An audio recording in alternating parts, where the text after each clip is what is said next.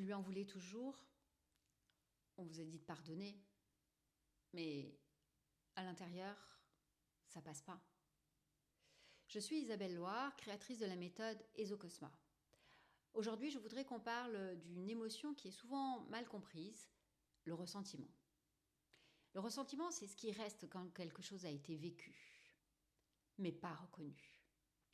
Quelque chose s'est passé, une parole, un geste, une injustice. Et à ce moment-là, ce que vous avez ressenti n'a pas trouvé d'espace, ni chez l'autre, ni chez vous peut-être.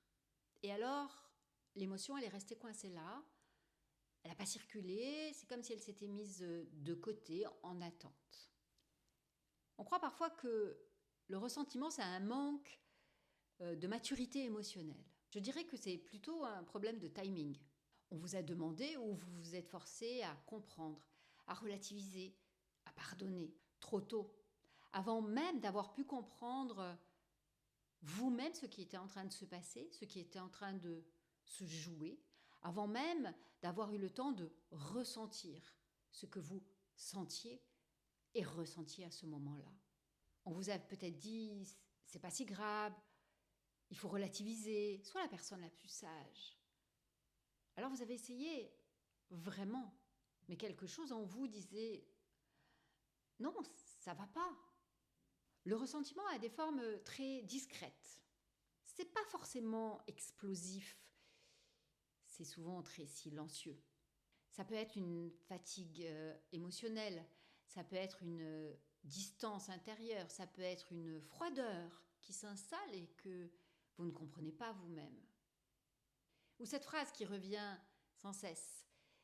C'est pas grave, mais quand même. Le ressentiment n'est pas bruyant, il est dense. Et surtout, il ne demande pas réparation, il demande reconnaissance. Et là, j'aimerais poser quelque chose d'important. Le ressentiment ne se libère pas avec un pardon forcé. Ce pardon imposé, c'est une violence subtile. En EsoCosma, on ne demande jamais à une émotion de disparaître. On crée un espace où cette émotion va pouvoir s'exprimer, délivrer son message, remplir sa mission.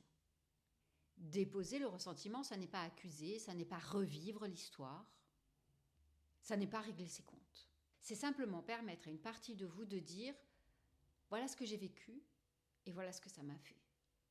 Et cette personne à laquelle on peut dire, c'est pas forcément la personne qui est concernée par la situation. Ça peut être quelqu'un d'autre, mais quelqu'un qui est capable d'entendre, quelqu'un qui est capable d'accueillir, quelqu'un qui est capable de reconnaître. Parce que quelque chose a besoin d'être dit, entendu, reconnu. Et peut-être même soigné. Et le pardon, s'il doit venir, vient après.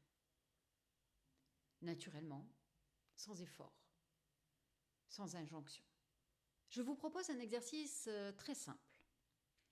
Pas pour analyser, pas pour comprendre, juste pour déposer. Prenez une situation où vous vous dites souvent « c'est pas grave, mais quand même ». Sans vous raconter à nouveau l'histoire, posez-vous la question de « qu'est-ce que ça m'a fait à moi ?» Puis dites-vous « ce que j'ai ressenti a le droit d'exister ». Imaginez maintenant que ce ressenti soit posé devant vous, juste là. Vous n'avez rien à changer, rien à modifier, juste à laisser vivre. Si ça se détend, très bien. Et si rien ne change, très bien également. Juste restez là en présence et autorisez-vous et autorisez ce ressenti à être et à s'exprimer. Avec EsoCosma, on ne force jamais. Le ressentiment n'est pas un défaut, c'est un signal. Il dit « quelque chose en moi mérite d'être entendu, quelque chose en moi mérite d'être reconnu ».